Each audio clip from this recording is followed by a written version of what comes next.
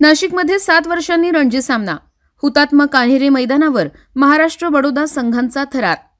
नाशिक जिल्हा क्रिकेट असोसिएशनच्या माध्यमातून तब्बल 7 वर्षांनंतर हुतात्मा कान्हेरे मैदानावर महाराष्ट्र आणि बडोदा संघांमध्ये 4 दिवसीय रणजी सामन्याला गुरुवारी सकाळी उत्साहात प्रारंभ झाला। महाराष्ट्र क्रिकेट असोसिएशनचे अध्यक्ष आमदार रोहित पवार यांच्या हस्ते आकाशात फुगे सोडून सामन्याचे उद्घाटन करण्यात आले।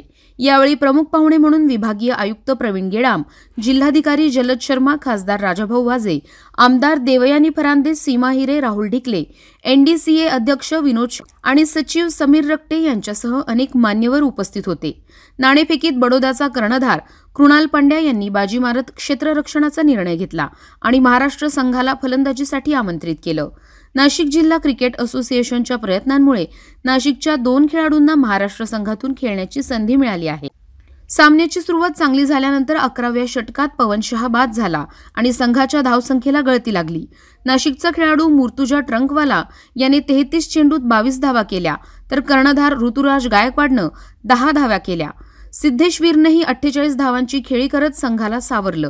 दुपारी 3:15 वाजेपर्यंत महाराष्ट्राने 60 षटकांमध्ये 163 धावा केल्या होत्या। सामना पाहण्यासाठी हुतात्मा कान्हेरे मैदानावर मोठी गर्दी जमली होती, ज्यामुळे नाशिककरांचा उत्साह अनुभवायला मिळाला।